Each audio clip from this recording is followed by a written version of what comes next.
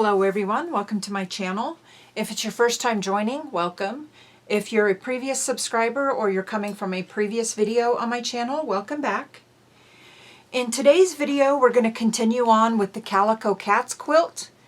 In the video before this one, I went over everything you'll need.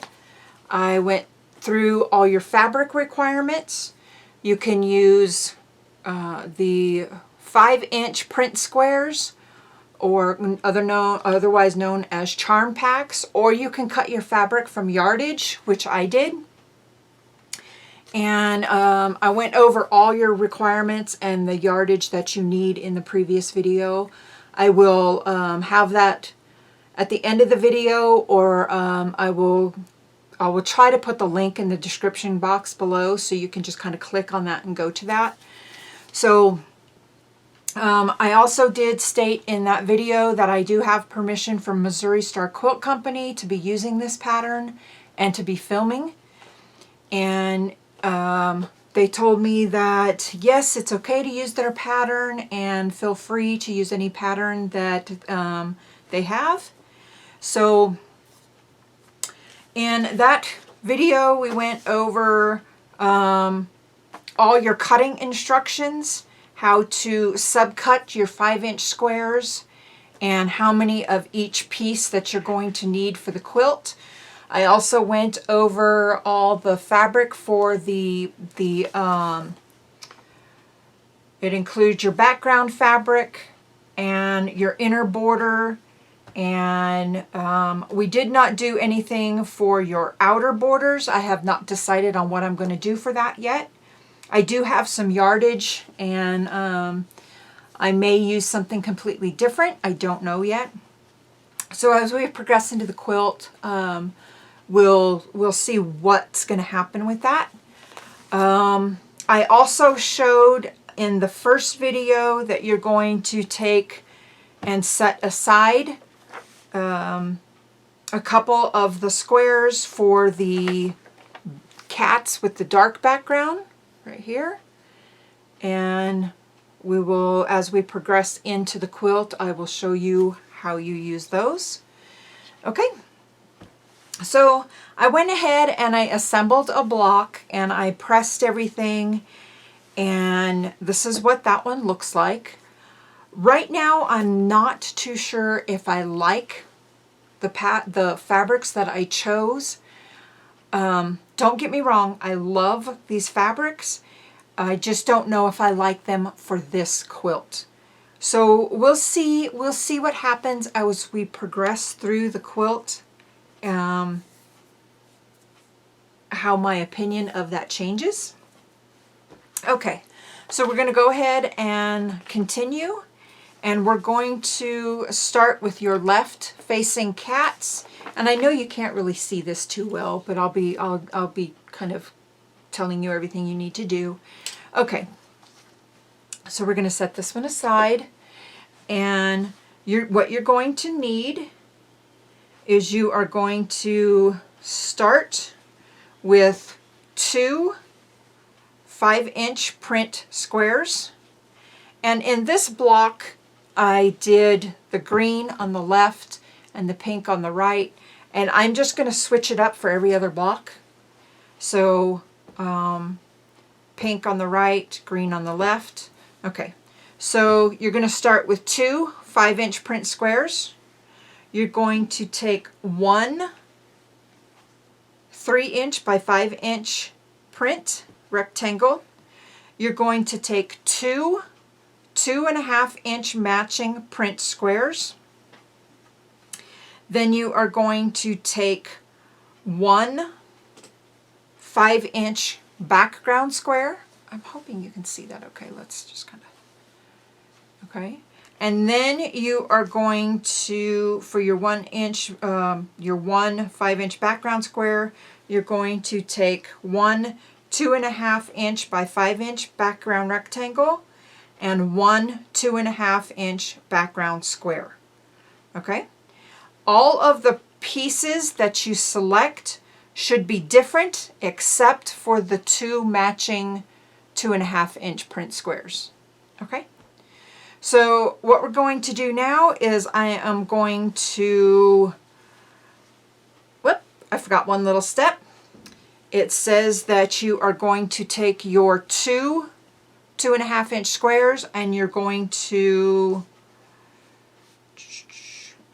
fold each square once diagonally, like so. And you're going to crease those, and I just finger crease, and you can press them if you want, but I just do the finger creasing, and that'll give you a nice little, you can see your nice little crease, and you're going to do that to both pieces.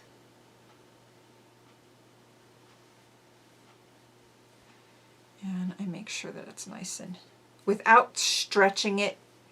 You would just want to kind of make sure you get it straight. What you can also do, I'm just going to use a regular pencil.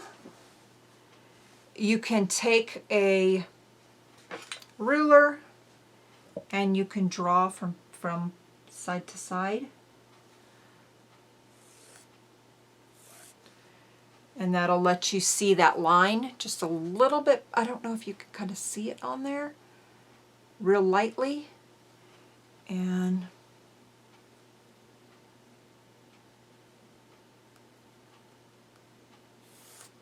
you can use a washable pencil, washable marking pen, disappearing ink, whatever you prefer if you want to mark them. Usually I just finger press them, but for the sake of the video, so you guys can see that line. Oh, there we go. You can see that line a little better. With my new desk build and my new lighting, I'm still kind of adjusting the lighting now with this new build and the new camera mount system. So if we're a little bit off, please excuse me.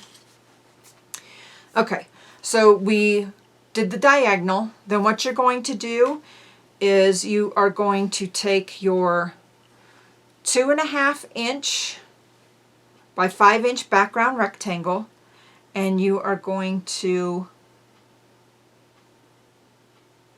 place it right on, and then same with this one. Like so, and then you're going to sew on each line. Let me show you here.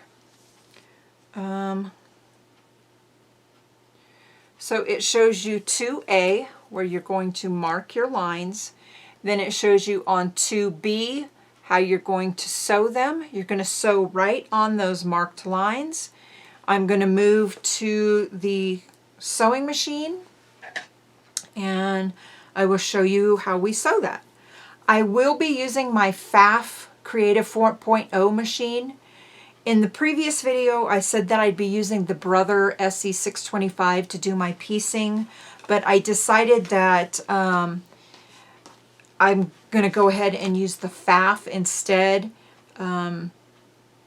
Just kind of preference, no big reason why. So, okay. Give me just a moment and we'll move over to the machine. Okay, so I have went ahead and moved over to the machine, and I'm hoping we can see everything okay.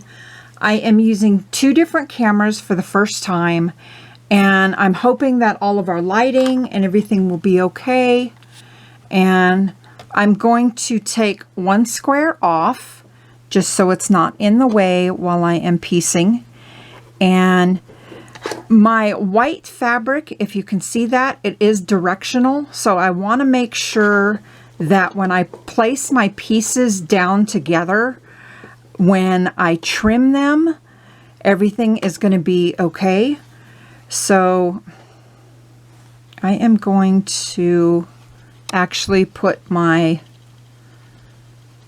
pieces with right sides facing, and we're going to sew right on that line. And again, I'm going to mark that line Let me just do that really quick since I marked it first on the front side instead of the back side. And that was a little error on my part there. Make sure that when you are sewing, you don't make that mistake. It is a really easy mistake to make. Okay, so there is, you can see that line, and I got my right sides facing. And let me match that back up. And I have my machine set to my quilt piecing, and I have a 1/4 inch sewing foot, and you can see that I have the 1/4 inch guide right here on that. And I just like using the guide because it lets me know that my piecing is going to be more accurate. Now I'm going to put my foot down myself, and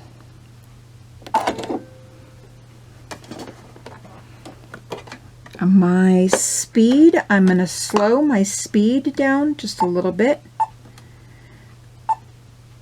That way you guys can see. I may speed it up just a little bit more afterwards. We'll see how it goes. So we're going to go ahead and start sewing.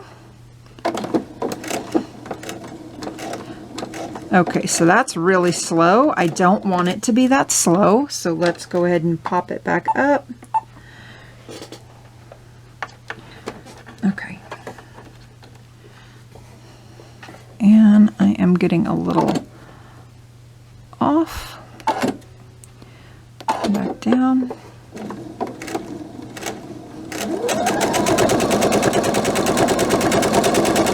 Okay. And thread cut. I had previously had my machine set to automatically cut. Let me check that.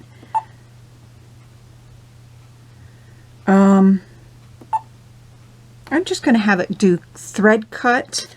I'm not going to have it lift, or I'm not going to have it do the reinforced stitches. I do not need reinforced stitches while sewing for quilting. If you're going to be doing garments, some people do like that reinforced stitch. I don't really need it for the quilting. Okay, and I'm just kind of making sure that I got my pieces. Sorry, I was off out of range. Okay.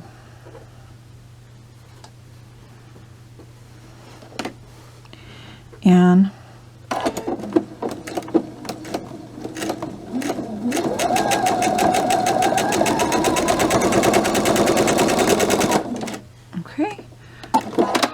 it did not cut my thread. I had to hit my thread cutter myself. Okay, so that's what that first piece is going to look like.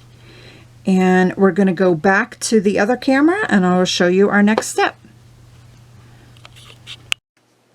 Okay, so this is what the piece that we just finished, and it's going to show you the diagram of 2B on what that should look like.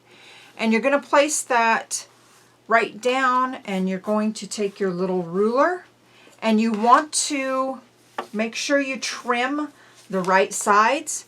And the way you're going to do that is you're going to sew on your crease line, which we did, and then you're going to trim the excess fabric 1/4 of an inch away from the sewn seam, and then you're going to open and press to snowball the corner.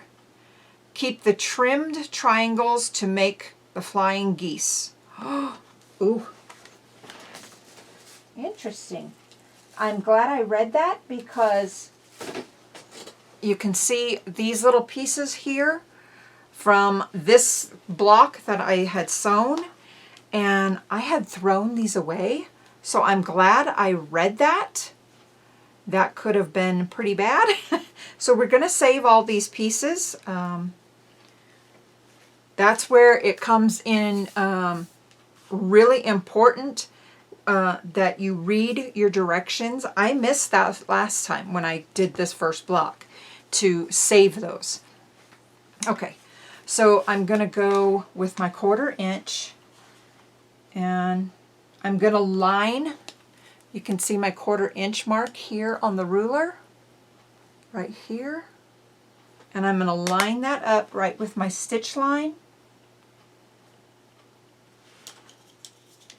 And I just like using my little 28mm trimmer and just trim those pieces right off. Set those aside.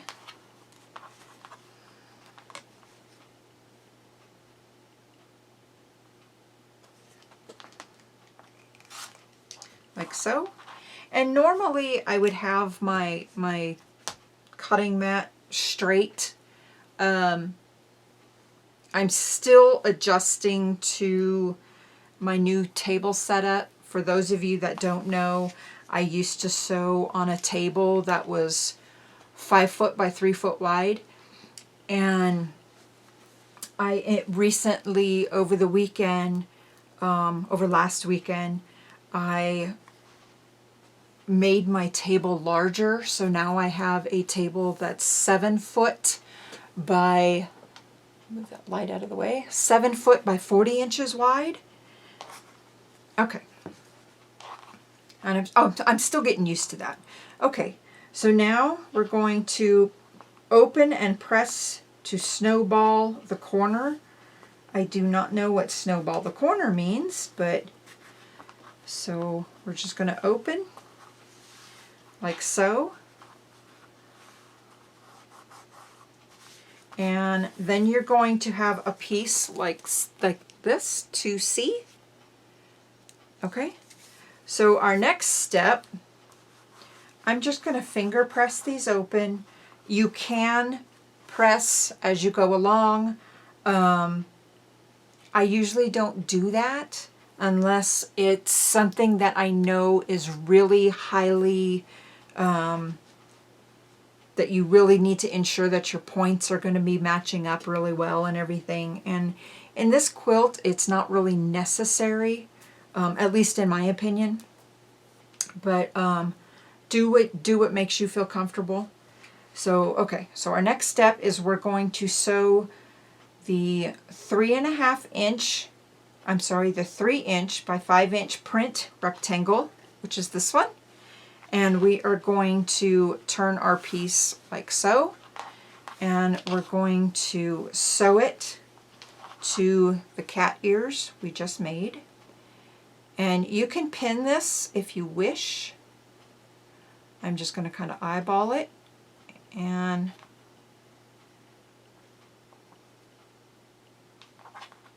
I may want to press this because it doesn't seem like it's laying correctly. Okay, give me just a moment.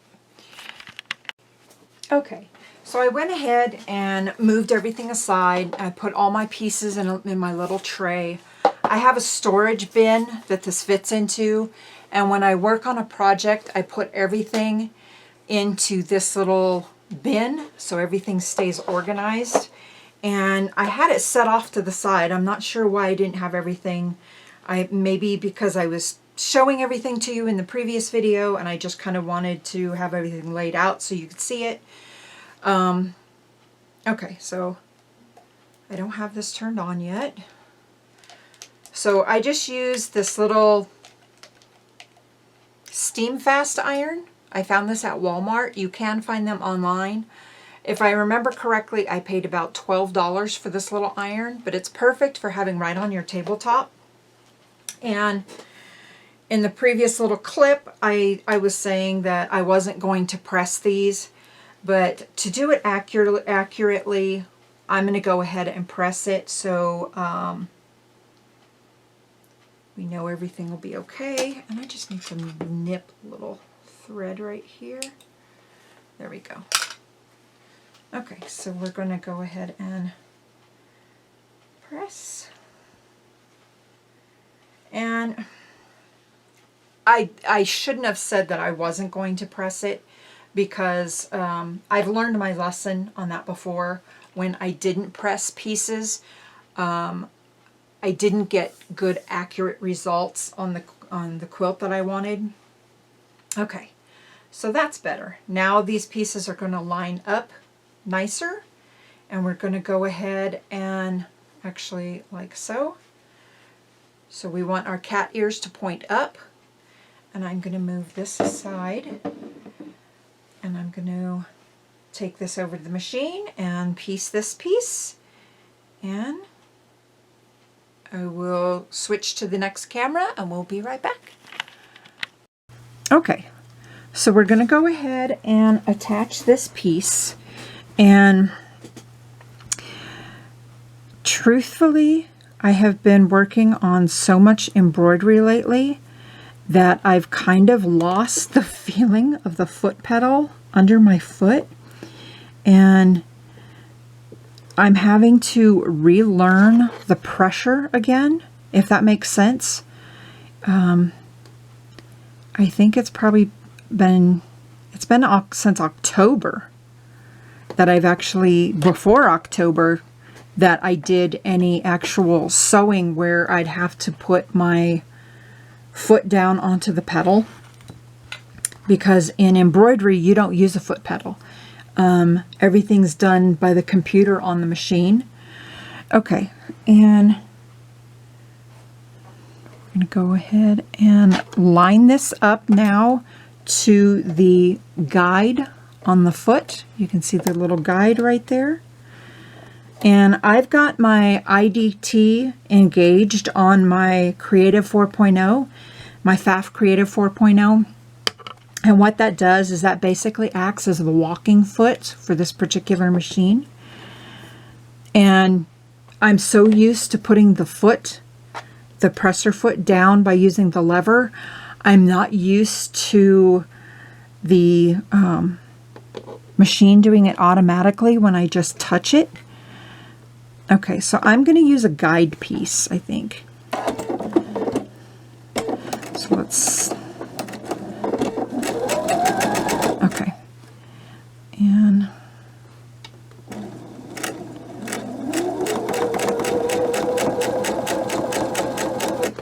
make sure our pieces are lined up right.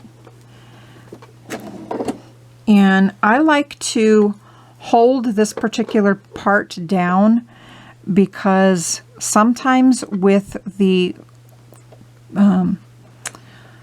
guide foot, it may lift it up a little bit if you're just a little bit too close to it. So ensure that your piece is held down a little.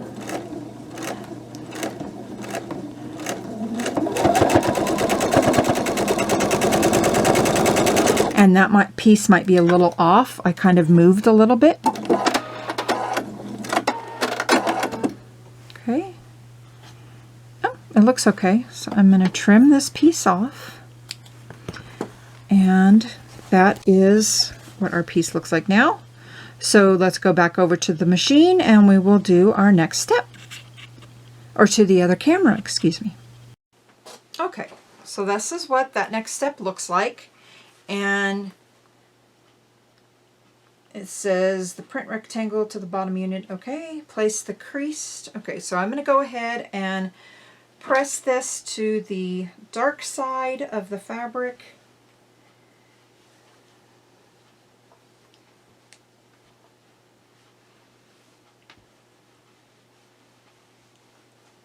Like so. And then our next step is you're going to place the creased 2.5 inch background square. So I did not pre-crease that one, and that is this piece here. So I'm going to go ahead and crease that, and I don't need to mark it again, so that one I'm not going to mark it with a pencil this time. Okay, so now we're going to place the creased 2.5 inch background square on the upper right corner of a 5 inch print square. And we're going to do it on the green side. And we're going to place it just like so. So you'll know it's correct. Make sure my...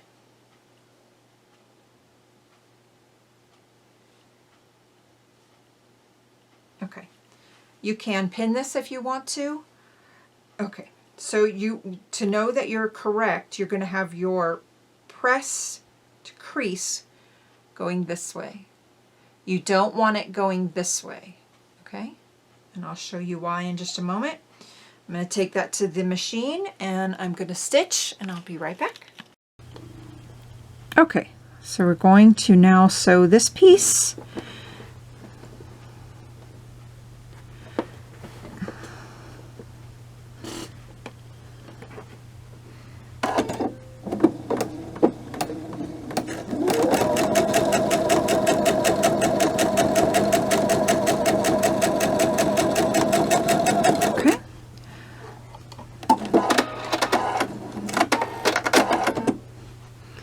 And that looks pretty good.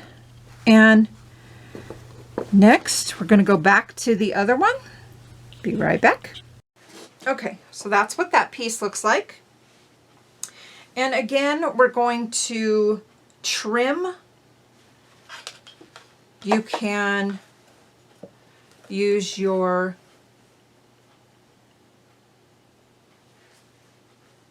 ruler. And in this case, I'm just going to eyeball it so I don't have to move again. And I'm just going to trim off with a piece of scissors, or with a pair of scissors. And like so.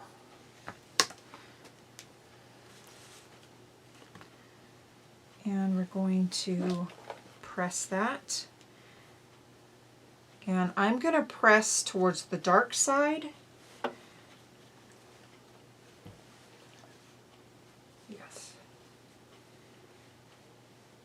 I pressed the wrong way.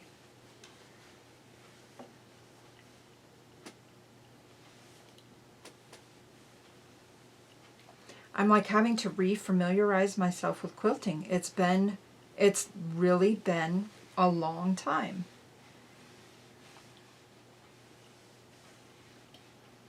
Okay, so we have that part pressed down. Now our next step is, it says that you're going to arrange the cat's head, which is the cat's head, and your 5-inch background square, and you're going to sew those two together. And then you're going to come back and you're going to sew the units together of,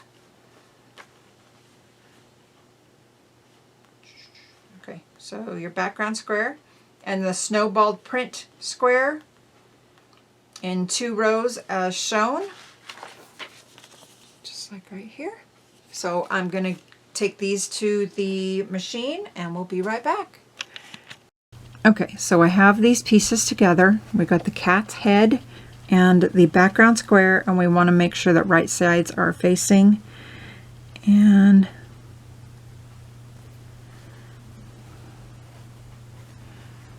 make sure those corners match up. I'm just kind of matching that up off camera.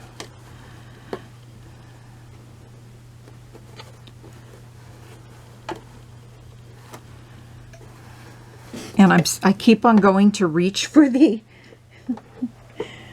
that cracks me up. I'm just so not used to it.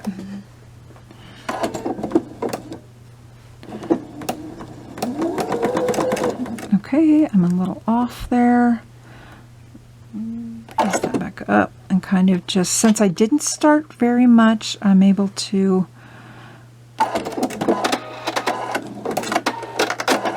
a little mistake that I did there. Let's make sure that we've got no thread tails down in there. Okay. I'm just so used to putting that foot down. I'm going to use a little cheater piece. Let's do that. And some machines you'll be able to set your pressure on the sewing machine foot, and my FAF, I can do that. I don't know if I'll ever use that feature. I just can't get these lined up right.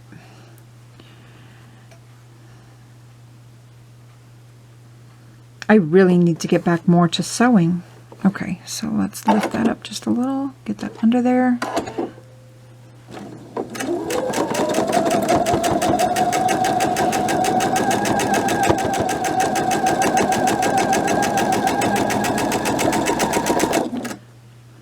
Okay, cut my thread. And we're going to cut off our cheater piece. And you can see that I didn't get my seams lined up correctly there. And I'm hoping that when I piece it together, it will be okay. I may have cut incorrectly a little bit. But a good thing about this pattern is it's really forgiving. And I don't want to be actually teaching that way, but I will show you as we progress in the quilt how you fix those. You can square that portion up.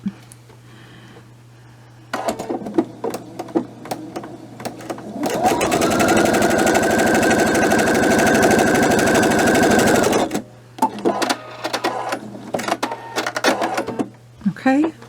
So we have that piece sewn together, and now we're going to go back to the other camera, and I will show you our next steps. Okay, so we have our two portions sewn together, and I'm going to press again, and you want to press towards the darker side, and it says that you want to nest your seams. And to nest your seams, I printed this side, or pressed this side to the darker side, and I want to do it opposite on this side. Right.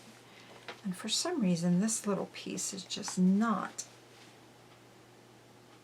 laying right. Okay.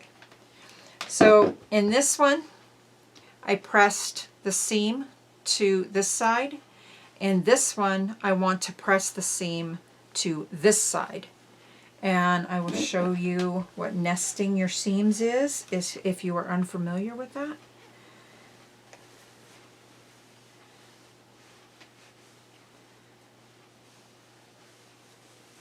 Okay, so when you nest your seams, you'll see that one seam is going this way, and the other seam is going this way. So you're going to match those up, and that is called nesting your seams. You can pin that if you want to, and in my case, I am going to go ahead and do that. Whoops. Where are my pins? Lord have mercy. My pins are missing. Okay, let me look in my little drawer here. I'm not sure what happened. There we go. There's my pins. I must have put them away when Luna was going to get to them, and I put them in the wrong little drawer. And I just used just little pins. I know a lot of other people like the daisy head pins, and I may eventually get me some of those. Okay, so I'm nesting those seams, and I'm going to put a pin right there.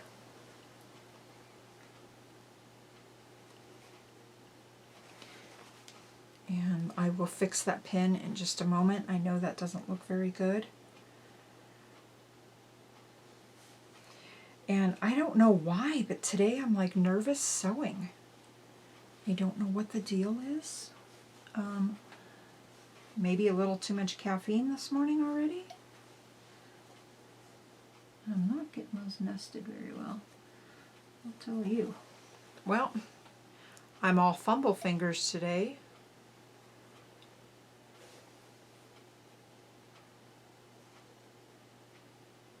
Okay, so we're going to pin here. And I'm going to pin down here too, because this isn't wanting to lay flat for me. So I'm going to just kind of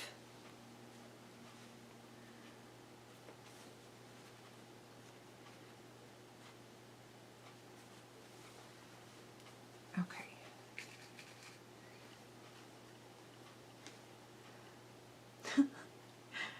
This is just funny because I'm having a hard time, and it really isn't this hard, but for some reason okay. So one thing I can show you here is you can see that my edges are kind of not matching up right there. So you can kind of like manipulate it a little bit to where those are going to line up better for you. And pin that. I think I may need new pins. Some of these feel kind of dull. I don't know where I bought these pins, but I'm not impressed. Okay, so we're going to switch back to the other camera, and I will be right back. Okay, now I'm going to match these up, and I'm going to use my cheater piece again.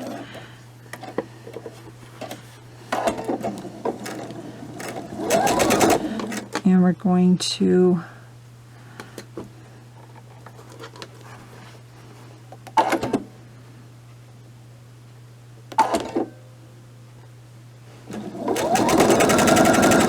take your pins out as you get to it.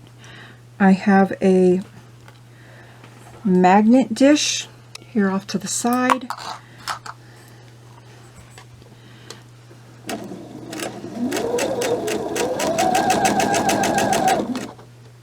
And this piece, you want to make sure your pieces are still nested.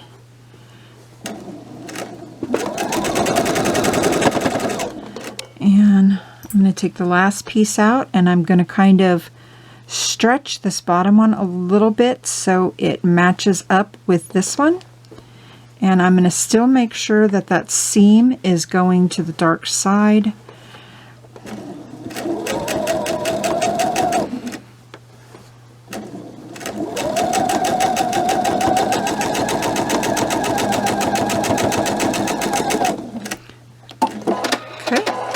And we will go right back to the other camera. Okay, so I'm going to press again. I'm going to cut off my little cheater piece, and I'm going to go ahead and press. And I think I want to press to the darker fabric.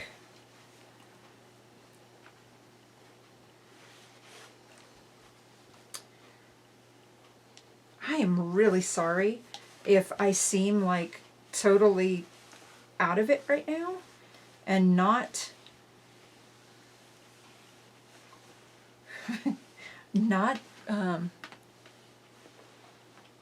I seem really clumsy today, and I know a lot of that is because I haven't actually done sewing in quite a while.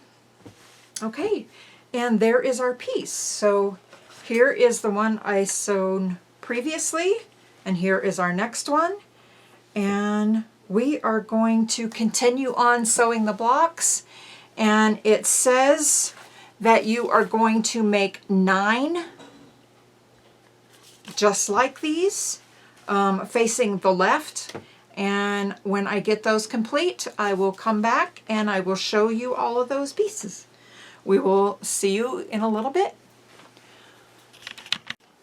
Okay, so I have the first 9 blocks completed, and I'm going to show those to you. And this is our first one. And then second one. And the third. And you can see on every other block, I rotated the pink and the green. So the pink was on the left, the green was on the right, and then the green was on the left, and then pink on the right. And our third, fourth, 5th. This one's kind of plain. It's not really popping out. 6th, 7th, 8, and 9. So those are our first 9 blocks. On the next video, I will be doing our right facing cats, and you're going to make 9 of those also, and they're basically the same except where you have your ears on the left, the ears will now be on the right. So stay tuned for that video. That will be coming up next, and if you have any questions, please comment down below, and we will see you soon. Bye-bye.